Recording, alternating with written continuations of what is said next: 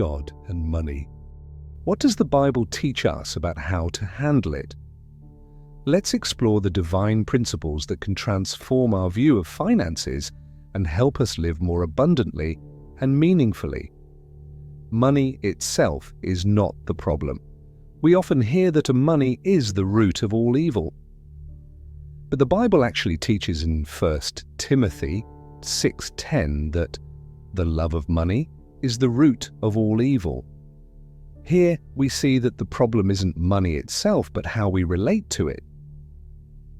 When we start loving money more than God and people, it leads us to selfish and harmful actions. For example, someone might sacrifice relationships or even their health in pursuit of wealth. Instead, we must remember that money is a resource that can be used for good. Generosity as a central principle. Generosity is a central principle in the Bible. In 2 Corinthians 9:7, we read, "God loves a cheerful giver." Generosity shouldn't be seen as a duty, but as an expression of gratitude and love. Imagine the impact we can make in our community by being generous with our time, talents, and resources.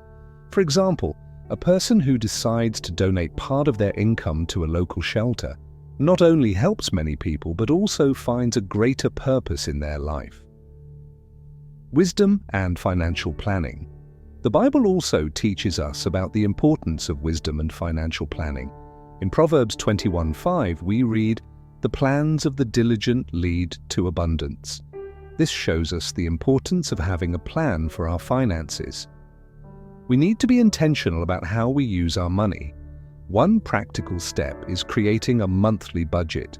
This not only helps track our spending, but also teaches us to prioritize what truly matters in our lives.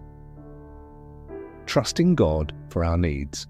Trusting God for our financial needs is another fundamental principle. In Matthew 6:31-33, Jesus reminds us not to worry, but to seek first the kingdom of God and His righteousness. As we do this, He promises to provide for all our needs. There are times when we may feel like we're in a financial crisis, but we must remember that God is our provider. A powerful testimony is of someone who, in a financial hardship, decided to surrender their worries to God and saw doors begin to open in unexpected ways. Using money for good. God teaches us to use our resources to do good. In Ephesians 2:10, we read that we are created for good works, and this includes how we use our money. By doing good, we glorify God and leave a legacy that impacts lives. A touching story is of a church that, during difficult times, decided to use its savings to help the local community during a crisis. They opened the church as a shelter, distributing food and supplies. This act not only met immediate needs, but also showed God's love in action. Contentment is the key to peace. Finally, the Bible teaches the importance of contentment. In Philippians 4:12-13, Paul talks about learning to be content in any situation, whether in abundance or need. Contentment isn't about how much money we have, but about our trust in God. Today we live in a world that pushes us to always want more possessions, more comfort, more financial success. However, true contentment comes from recognizing that what we have is a blessing and that God provides everything we need. When we live with gratitude, we experience a peace that money alone can never bring. A powerful illustration is the life of a missionary who, with very little, dedicated their life to helping impoverished communities. They didn't have a luxurious home or a large bank account, but they were content, knowing they were doing God's will. They often said that true wealth isn't measured by what we have, but by how much we love and serve others. The importance of diligent work. Another key aspect the Bible addresses about money is the importance of diligent work. In Proverbs 10:4, we find that lazy hands make for poverty, but diligent hands bring wealth. Work isn't just a way to earn money, it's an important part of God's plan for our lives. From creation, God designed us to work. In Genesis 2:15, we see that God placed Adam in the Garden of Eden to care for it. This shows that work is part of our vocation, something that glorifies God. When we work hard, we are fulfilling the purpose He has given us. Diligent work also teaches us to value what we have. When we strive to achieve something, we are more likely to take care of and appreciate what we gain. Furthermore, in Colossians 3:23, Paul reminds us to work at it with all your heart as working for the Lord, not for human masters. This attitude transforms our work into an act of worship, changing our entire perspective on money and success. The role of prayer and financial planning. Prayer and financial planning go hand in hand. Often we feel anxious about money because we don't have a plan. In James 1:5, we are encouraged to ask God for wisdom, and this applies to our finances as well.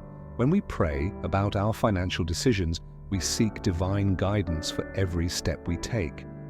Additionally, in Luke 14:28, Jesus gives us a practical tip. Suppose one of you wants to build a tower. Won't you first sit down and estimate the cost to see if you have enough money to complete it?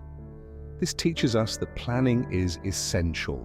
We need to be intentional about how we use our resources, and to do that, it's important to create a budget and evaluate where we can improve.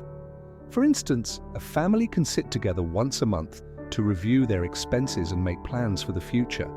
This moment of reflection not only helps avoid debt, but also allows everyone to feel involved and committed to financial decisions. Building a financial legacy. Beyond managing our finances during our lifetime, it's important to think about the legacy we'll leave. In Proverbs 13:22, we read, "A good person leaves an inheritance for their children's children." This teaches us to think about the future and the impact our financial decisions will have on the next generations. Building a financial legacy goes beyond simply leaving money. It's also about passing on values and principles that honor God. How are we teaching our children about the use of money? Are we showing them the importance of generosity and wisdom? This legacy of faith and values is something that endures long after we're gone. A practical example would be a family that, in addition to leaving a financial inheritance, sets up a fund to help their children pay for college or start a business. But most importantly, as they do this, they teach their children the importance of managing those resources with wisdom and generosity. Gratitude in difficult times. In times of financial hardship, it's challenging to maintain a grateful heart. Yet, gratitude is a powerful antidote to anxiety and discontentment. In 1 Thessalonians 5:18, Paul exhorts us to give thanks in all circumstances, for this is God's will for us. When we face challenges, it's easy to focus on what we lack and forget the blessings we already have. Practicing gratitude helps us reframe our perspective and recognize that even in tough times, God is with us. Instead of complaining, we can thank Him for what we have and for the lessons we're learning. A powerful testimony is of a woman who, after losing her job, started a gratitude journal. Every day, she wrote down 3 things she was thankful for. This not only helped her maintain a positive attitude, but also led her to new opportunities she would not have noticed if she had only focused on her problems. The balance between work and rest. It's important to remember that money and work should not become our gods. God established the principle of rest on the 7th day of creation, and in Exodus 28:10, He commands us to observe the Sabbath. This rest is not just physical, but also spiritual and emotional.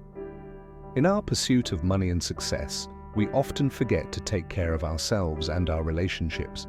Overworking can lead to burnout, affecting our health and our relationships with God and others. Finding balance is essential. Set aside time to rest, spend time with family, and connect with God. This not only renews your energy, but also keeps your perspective on what truly matters in life. Gratitude as a daily practice. Finally, gratitude should be a daily practice in our lives. Thanking God for the small things helps us recognize His goodness and provision. In Psalm 107, verse 1, we read, "Give thanks to the Lord, for He is good. His love endures forever." If we make gratitude a habit, we're less likely to be consumed by financial anxiety. This practice teaches us to see what really matters and live with a generous heart. Try each day to thank God for at least 3 things you have. It will change your perspective and help you live a fuller life. Conclusion. Today, we discussed many principles that God teaches us about money: the importance of diligent work, the value of generosity, the wisdom in managing resources, and the practice of gratitude in all circumstances. Each of these teachings can transform our relationship with money and bring us closer to God. I want to encourage you to reflect on your own financial life. What can you change or adjust to align more with these principles? How can you be a blessing to others through what God has given you? If you like this message, if it helped you have a better relationship with money, and you want to know about how He is with you in every moment and know more about His wisdom, you can subscribe to the channel so you don't miss any of our videos. Share this message with those who need to hear it. Together, let's keep discovering God's plan for our lives. God loves you,